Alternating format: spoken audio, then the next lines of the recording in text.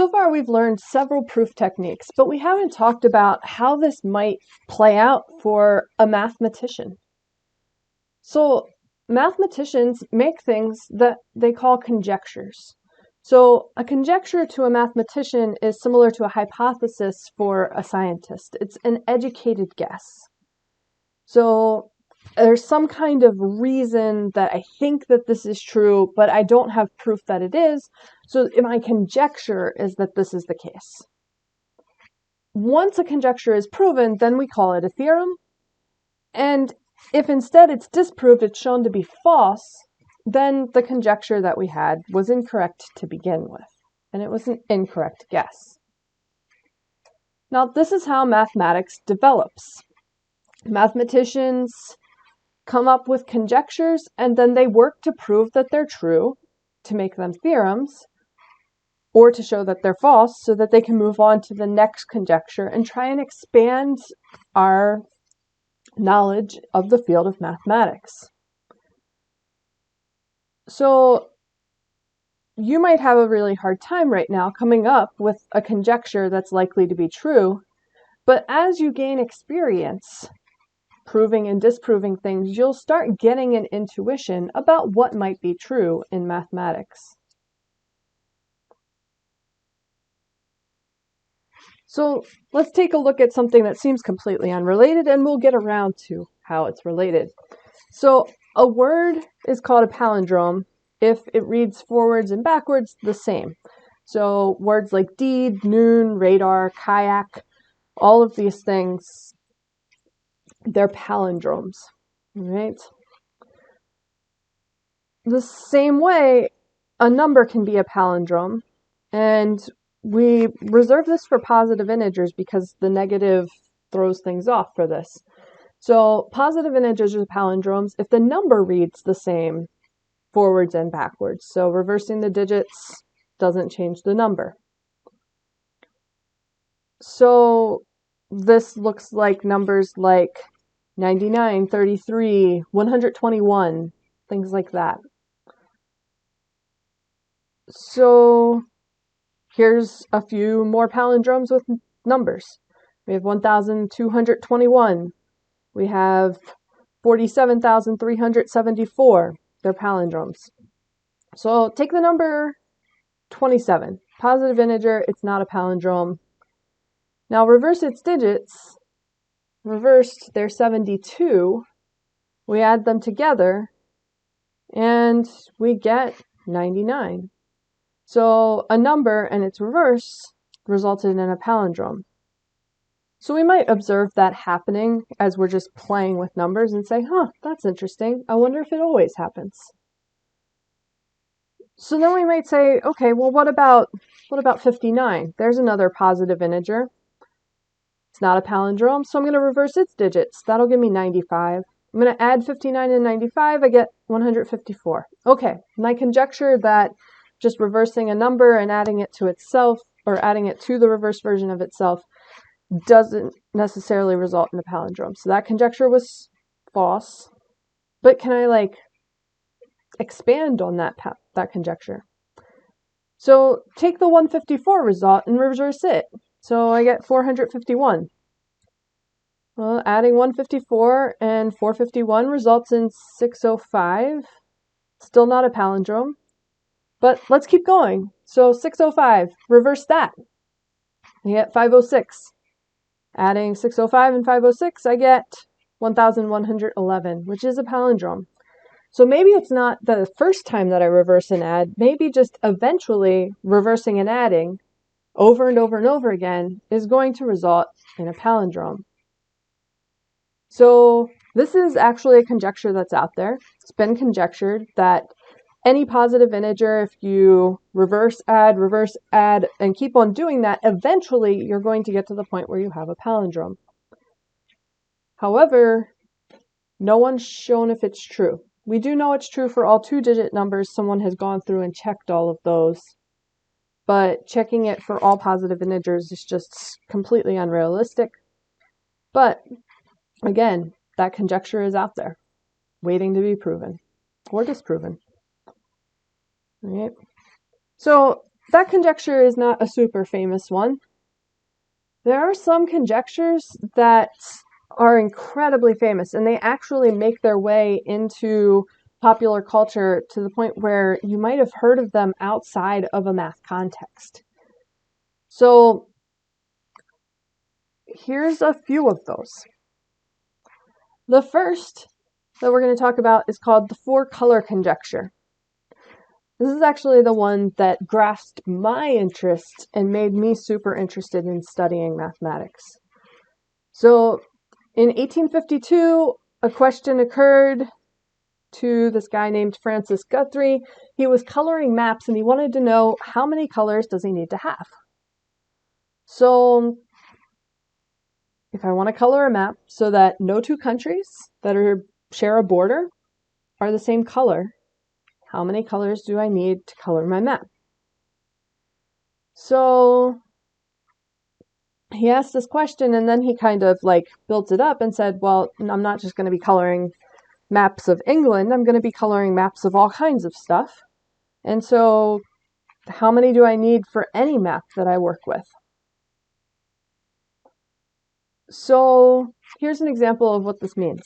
So here's some random country, all right? It's a lovely circle.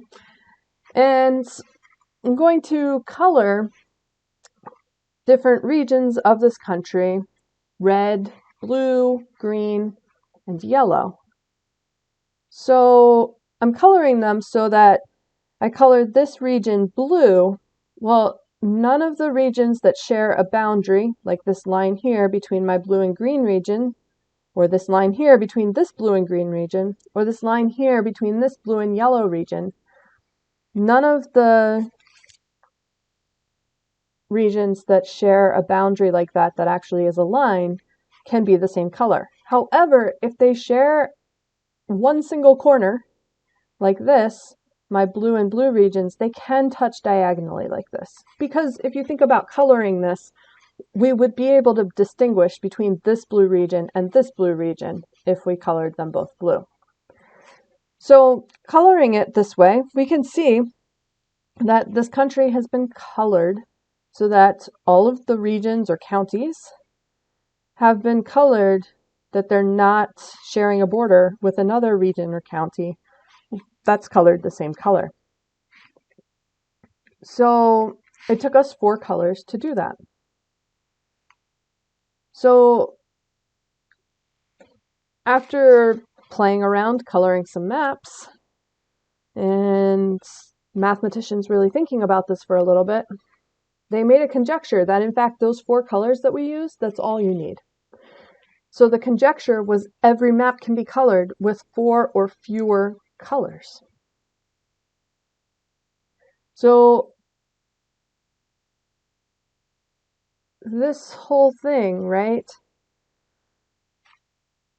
1879. So a significant amount of time later, an article is published with a proof of this conjecture. So it becomes the 4-color theorem in 1879. 11 years later, there's an error found in the proof. It's not actually a legitimate proof. And all of a sudden, this 4-color theorem that we had becomes the 4-color conjecture again.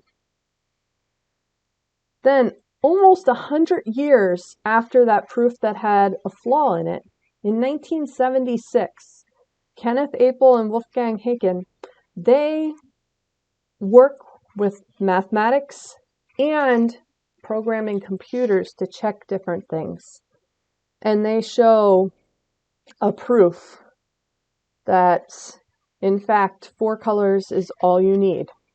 So 4-color theorem becomes the 4-color theorem again, and it says that every map can be colored with 4 or fewer colors. 124 years it took to get from that original conjecture to being the theorem that it is today. Now, the idea that this proof required mathematics and computers, and we had to use computers to check lots of possibilities of things, is somewhat unsatisfying to a lot of mathematicians. So there are some people out there who will tell you that this is still actually the four-color conjecture, and until it can be proven with mathematics alone without having to program computers to check things, then it's not proven in their mind. And there are a lot of other people who consider it proven but are unsatisfied with the proof because it's not as beautiful as they would like. And so there are still actually people working to come up with a purely mathematical proof of the four-color theorem. Let's take a look at another one that has an even longer history. So, famous mathematician Pierre Fermat. Fermat has this idea, and he makes this assertion that when n is greater than or equal to 3, there's no non-zero integers, x, y, and z, such that x to the n plus y to the n equals z to the n. Now, if we say n is 2, then we know that that's not the case. That's why the statement is made for n greater than or equal to 3. When n equals 2, we have these things called Pythagorean triples. And we see them with right triangles with integer length sides. Pythagorean triples play out. So 3, 4, and 5 is the most common and most famous of these Pythagorean triples, but there are many others. So Fermat said, but this can't happen. It doesn't happen when n is greater than or equal to 3. So he actually didn't make this assertion publicly. Instead, it was found in the margin of a book that he had used. In the margin, he had written that there wasn't space to demonstrate this. So Fermat may have proved this back when he found it out, but his proof is long lost. And we found the idea, the assertion itself, after his death, which is Fermat's last theorem here. And it was named Fermat's last theorem because people believed that Fermat had in fact actually demonstrated, actually proven it, and it was lost. But it should have potentially been called Fermat's last conjecture because we didn't actually see the proof or know that it had been proven for sure. So 350 years about pass between Fermat making this assertion and 1993. In 1993, Andrew Wiles, a mathematician who was gaining some fame, but not a famous mathematician by any means, gave a truly remarkable proof of Fermat's last theorem, and now he's a name that people outside of the field of mathematics have heard of. So, Andrew Wiles has now proven Fermat's last theorem. So, we now have that it truly is a theorem instead of a conjecture, that for each integer n greater than or equal to 3, there are no non-negative integers x, y, and z, such that x to the n plus y to the n equals z to the n. Now, I might be leading you to think that all of these conjectures from hundreds of years ago have been solved, but that's not actually the case. There are several that are still out there that people just don't know if they're true or not. And there are much younger conjectures, lots and lots of younger conjectures that are yet to be proven or disproven. So let's take a look at another famous one from hundreds of years ago, Goldbach's conjecture. So there's a German mathematician, Christian Goldbach, who conjectured that every integer exceeding 2, every even integer exceeding 2, so 4, 6, 8, so on, is the sum of 2 primes. So you can kind of convince yourself that this might be the case. If you think about 4, 6, 8, 10, you can add primes together to get there.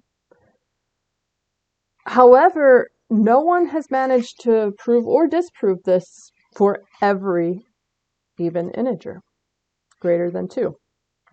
So Goldbach's conjecture remains unproven or disproven, and it says that every even integer, at least 4, is the sum of 2 primes. So if you're looking for something to do this weekend, maybe take a crack at this.